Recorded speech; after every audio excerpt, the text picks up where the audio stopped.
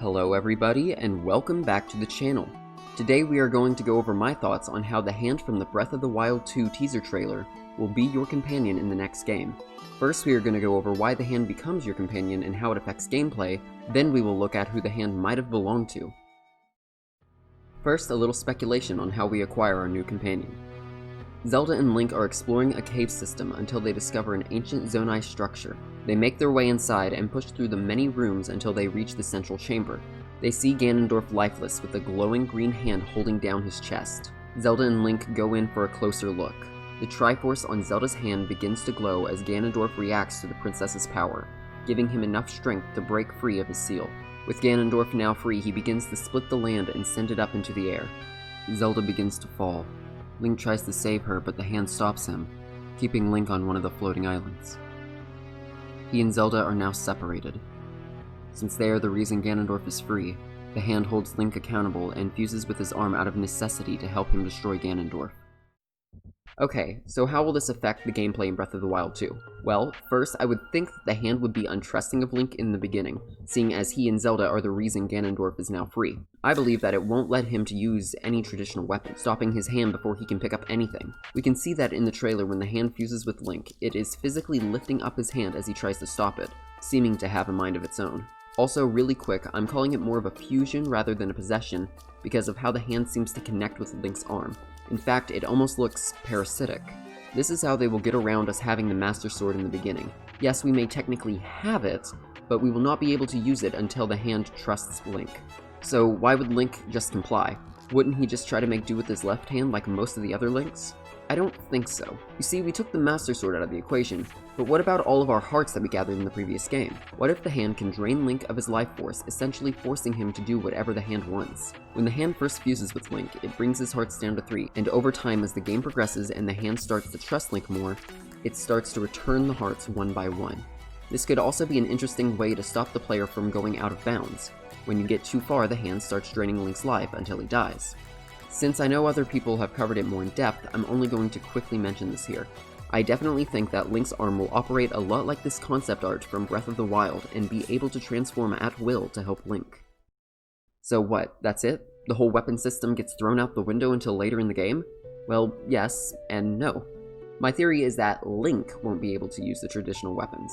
However, Zelda can. Yes, I think Zelda will be playable in the sequel to Breath of the Wild one way or another.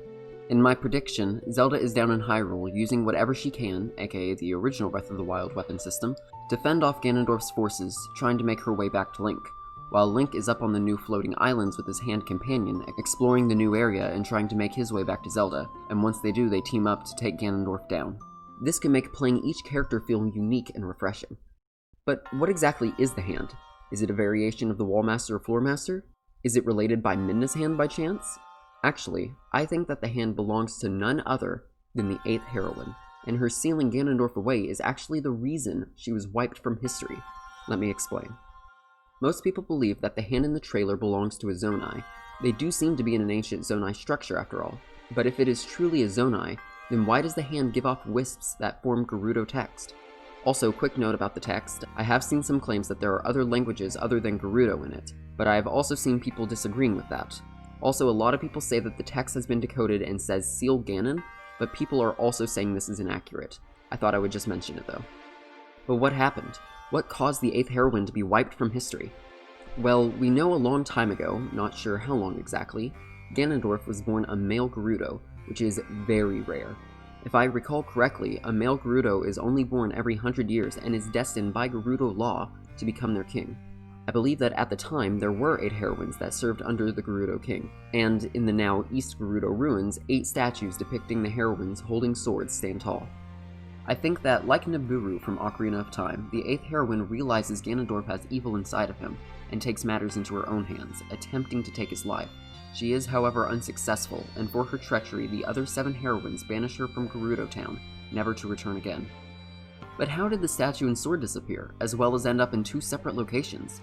Well, we know that Korsh Ohu, a Sheikah monk, built his shrine in the middle of the East Gerudo ruins. I don't think it's much of a stretch to say that he was alive during this time, and at this time, considering the amazing things that the Sheikah have created, the Gerudo must know that he has amazing power. I think that the 7 heroines made a deal with him. He would be able to build his shrine there as long as he made the sword disappear, a symbol of the 8th heroine's dishonor. He complies and teleports the sword away somewhere in the Gerudo Highlands. But that's just the sword. What's the story behind the statue itself? My thought is that many years later, the 8th heroine tracks down Ganondorf to an ancient Zonai temple located deep in the heart of an elaborate cave, where he attempts to resurrect himself as Calamity Ganon as described in the prophecy. She would then face Ganon and sacrifice herself to seal him away with a powerful spell, technically keeping him alive so that another male Gerudo wouldn't get the chance to be born. I think that after knowing Ganondorf was trying to resurrect Calamity Ganon and that the 8th heroine stopped him, the other 7 heroines realized their mistake. In order to keep Ganondorf's location a secret out of fear of someone trying to break the seal, they decide to completely wipe all records alluding to the 8th heroine. They would still need to cover up the entrance of the cave. They would again ask Korsh Ahu for his help to make sure no one could find Ganondorf and set him free. To seal the cave, the Sheikah monk teleports the entire 8th heroine statue to block off its only known entrance, essentially creating a tomb. And over time, as more and more of the 8th heroine's body disappears, Ganondorf slowly grows stronger until he has enough power to become Calamity Ganon, starting the events of Breath of the Wild. If this is so, then how would Zelda and Link have come across the cave in the trailer? I would say that after Breath of the Wild, Zelda and Link are focusing on rebuilding the land of Hyrule and strengthening the relationships with the other races. I think it is very likely that Link and Zelda happen to come across the 8th heroine statue and notice cracks at the edge of the wall behind the statue caused from years of erosion. They would then begin to excavate and enter the cave, kicking off the events of Breath of the Wild 2. And that's my thoughts on who I think will be Link's companion in the next game. Hopefully she won't be as annoying as Navi though. Thank you so much for checking out this video. Who would you want as your companion in the next Zelda game? I would love to hear your thoughts in the comments. If you like what you see, be sure to hit that subscribe button and the notification bell to know when I put out another video. Over on my other channel, I do Let's Play videos. I play all sorts of games from Tomb Raider to Zelda. If that's something that interests you, then there will be a link in the description. I'll see you all in the next one.